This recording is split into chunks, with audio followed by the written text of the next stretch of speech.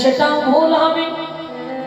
পার্থিব জগতের চাঁদ ত্রিজগৎ আলোকিত করে বটে, কিন্তু নগরী তিনটি জায়গায় সে আলোকিত করিতে পারে না। তিনটি জায়গায় আলোকিত করিতে কোথায় কোথায় জানিস? এক হলো গভীর জঙ্গলে, এক হলো ঘরের কোণে, ঘরের কোণে, এক হলো ভক্তের হৃদয় মনে। নগরী রে পার্থিব জগতের চাঁদ বহির জগৎকে আলোকিত করে বটে, কিন্তু কোন ভক্তের হৃদয় মাঝে প্রবেশ করিতে পারে না। নয় মাঝে প্রবেশ করিতে পারে না। তাহলে পার্থিব জগতের চাঁদের সঙ্গে তুলনা করলেও ভুল হবে। তাহলে যদি কোনো ফুলের সঙ্গে তুলনা করিলে ঠিক হবে? বলো না, না, সেটাও ভুল হবে। রাতের যে গগনে চাঁদ, সেই চাঁদের ক্ষয় আছে, লয় আছে, তারপরে তার কলঙ্ক আছে, প্রতিপদ আছে।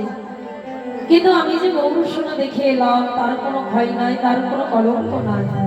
সকল 16 কলায় পরিপূর্ণ চাঁদ, সেই 16 কলায় পরিপূর্ণ চাঁদকে আমি দর্শন করলাম। ওই সুরধ্বনিতে জ্বলতে গিয়ে আমি দেখে এলাম আজাদ লম্বিত ভুজ চাতুরীকে এসে বদনে দুটি হেমন্ত বাহু তুলে বদনে সর্বক্ষণ হরিবোল হরিবোল সুরধ্বনিতে জ্বলতে আমি দেখে এলাম। কি জানিস সখী? সুরধ্বনি সোনার নকুর দিয়া পায়,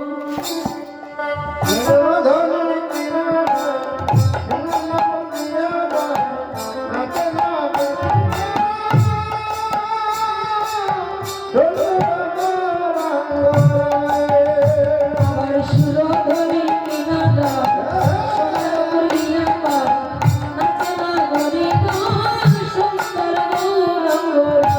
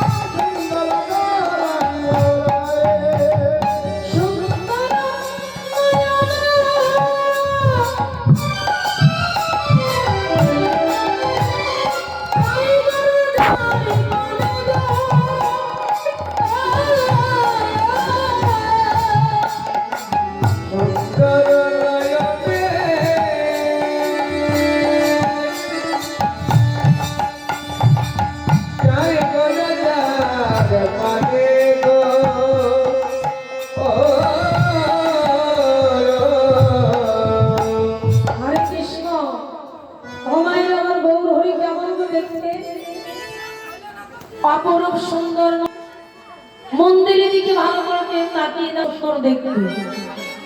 তাহলে সুন্দর চাই করা যার পানে গো গৌর হই যদি কোনো ভক্তের পারে একবার দৃষ্টি ফিরিয়ে দেয়, তার কি হয় জানো? ও তার দেহ ছাইরা যায়, সোনার উপর দিয়ে পায়, হাতে না গরি গো সুন্দর গৌরাঙ্গরা।